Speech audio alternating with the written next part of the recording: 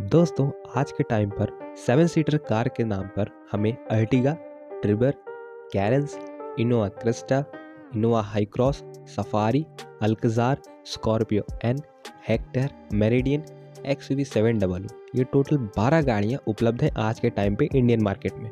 सभी में फीचर्स अच्छे मिलते हैं, बिल्ड क्वालिटी अच्छी मिलती है, रिलायबिलिटी अच्छी मिलती है, लेकिन जो सबको चाहिए वो चीज़ नहीं मिलती है, वो है स्पेस।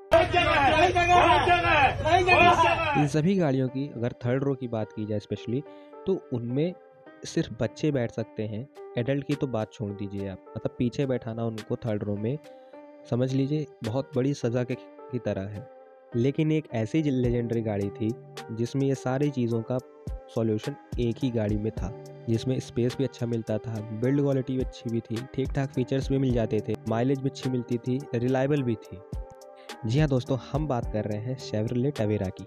अगर आज की गाड़ियों को कंपेयर किया जाए, 7 सीटर के नाम पे ये आती हैं, लेकिन 7 लोग भी इनमें सही से नहीं बैठ पाते हैं। उनकी थोड़ी बहुत प्रॉब्लम तो फेस करनी ही पड़ती है, लेकिन उस समय पे इस गाड़ी में 10-10 लोग बैठते थे आराम से और किसी को कोई प्रॉब्लम नहीं होती थी। सोचो इस तरीके का आपको इसमें स्पेस मिलता था, और ये मेरा पर्सनल एक्सपीरियंस है जो मैं आपको बता रहा हूँ।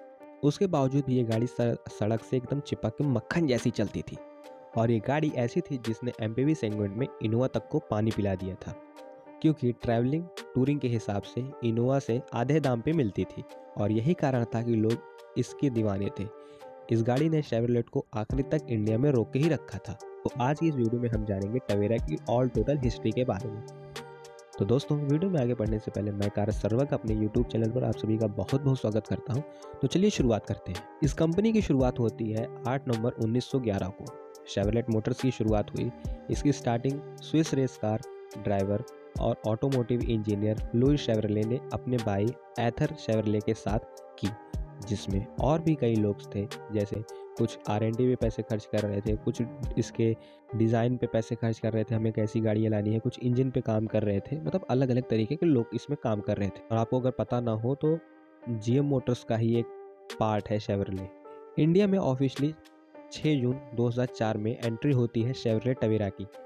टवेरा को इसूजू पैंथर का एक रिवेज वर्जन भी कहते हैं, जो बाहर के मार्केट में सेल होता था, और इसे साउथ ईस्ट एशिया में डिफरेंट नाम से बेचा जाता था, जैसे इसूजू हाईलैंडर, इसूजू क्रॉसविंड। और वैसे ही ये गाड़ी इंडिया में अमेरिकन कंपनी शेवरले के द्वारा बेची जाती थी, लेकिन इसकी बुनियाद जैपनीज ही थी, और इसका नाम फ्रेंच के एक छोटे से विलेज के नाम पे रखा गया था, जिसका नाम था कॉर्सिका, जहाँ के रास्ते काफ़ी स्टिफ हुआ करते थे, जहाँ इसूजू के CEO अपनी गाड़ियों की टेस्टिंग किया करते थे। और उस समय इंडिया में टवेरा के जो कुछ कॉम्पिटिटर्स थे, चलिए उनके बारे में जान लेते हैं।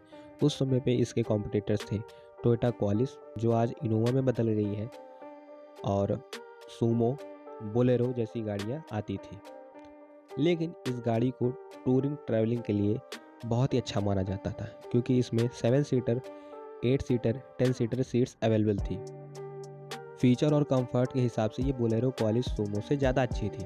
टवेरा सूमो क्वालिस में आप कौन सी चुनेंगे हमें कमेंट्स में ज़रूर बताइएगा। इंडिया में टवेरा के 2 वर्जन बिकते थे। द ओरिजिनल टवेरा जो बेस मॉडल थी, जिसमें 2 ट्रिम्स थी, B1 और B2, और टवेरा नियो 2 जिसमें कई सारे वेरिएंट्स आते थे, जैसे LS B3, LS B4, LTI high and, SSD1 model जो कि टॉप एंड था। टोटल 6 मॉडल आते थे।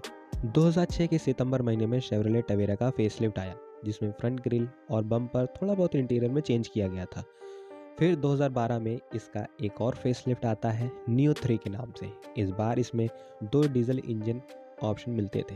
पहला 2.5 लीटर इंजन 78 bhp के साथ मिलता था और 186 Nm का टॉर्क, और 2.0 लीटर जो पावर प्रोड्यूस करता था 78 bhp की और 186 Nm का टॉर्क। और ये इंजन सोनालिका की राइनो कार से लिया गया था, और इसके साथ ही इसे इंडिया में बहुत ही पसंद किया गया। ऑफ रोडिंग भी ये काफ़ी अच्छी कर लेती थी, क्योंकि इंजन काफ़ी ताकतवर था। और इंजन की आवाज़ की बात करें तो ये जैसे ट्रैक्टर आवाज़ करता है, सेम उसी तरह इंजन की आवाज़ थी। और हो सकता है कुछ लोगों को ये पसंद भी, क्योंकि आज की जनरेशन एकदम साइलेंट कार मांगती है। सब कुछ बढ़िया चल रहा था, लेकिन इसी बीच टवेरा ने अपनी 1,04,000 यूनिट्स को अपने वर्कशॉप पे बुला लिया, क्योंकि इनको एग्जॉस्ट एमिशन टेस्ट में फेल कर दिया गया था। इनके एग्जॉस्ट एमिशन में इरेगुलरिटीज पाई गई थी क्योंकि इनके एम्प्लॉयज़ ने इसमें गोलमाल किया था। 2003 से 2013-14 तक इस गाड़ी को BS2 में ही इंडिया में सेल किया गया, जबकि BS3 इमिशन जो है वो लागू हो चुके थे। इन्होंने इसमें कोई चेंज नहीं किए थे और उस समय पता चला कि GM मोटर्स के पास अपना 2.5 लीटर इंजन नहीं है, ईसुजू के इंजन यूज़ करते थे और ईसुजू के इमिशन को कंट्रोल करने के लिए फ्यूल इग्निशन पंप को चेंज करना चाहिए था क्योंकि ईसुजू का फ्यूल पंप आउटडेटेड हो गया था, लेकिन वो एक महंगा कंपोनेंट था। इन्होंने इसलिए सिर्फ बेटर कैटालिटिक कन्वर्टर यूज़ किया था बिना फ्यूल पंप चेंज किए, जिससे इन्हें $1700 बच रहे थे एक गाड़ी पे। इन्होंने ऐसा BS3 इमिशन तक पहुंचने के लिए किया है, इसलिए इन्हें अपनी 1,04,000 यूनिट्स को रिकॉल करना पड़ा था। टोटल 25 वर्कर्स को GM मोटर्स ने निकाल दिया जिन्होंने ये कांड किया था, क्योंकि जो हुआ वो वर्ल्ड वाइड इंटीग्रिटी के खिलाफ था और इन्हें 2.3 करोड़ का फाइन भी देना पड़ा और इसकी वजह से बहुत सारे कस्टमर्स का भरोसा शेवरलेट से उठ गया। एक तरीके से देखा जाए तो ये धोखाधड़ी ही है।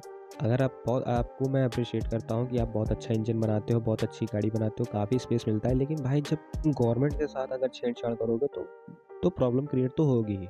लेकिन कुछ भी हो, इसका इंजन आज भी दमदार है। लोगों ने इसे लाखों लाखों किलोमीटर्स तक चलाया है, जिससे पता चलता है कि इसका इंजन टोयोटा से कम रिलायबल नहीं है। और आज भी ये गाड़ी अगर इंडिया में आती है तो लोग इसे आंख बंद करके लेंगे और आज भी ये इंडिया में ग्रामीण क्षेत्रों में आपको देखने को मिल जाएगी।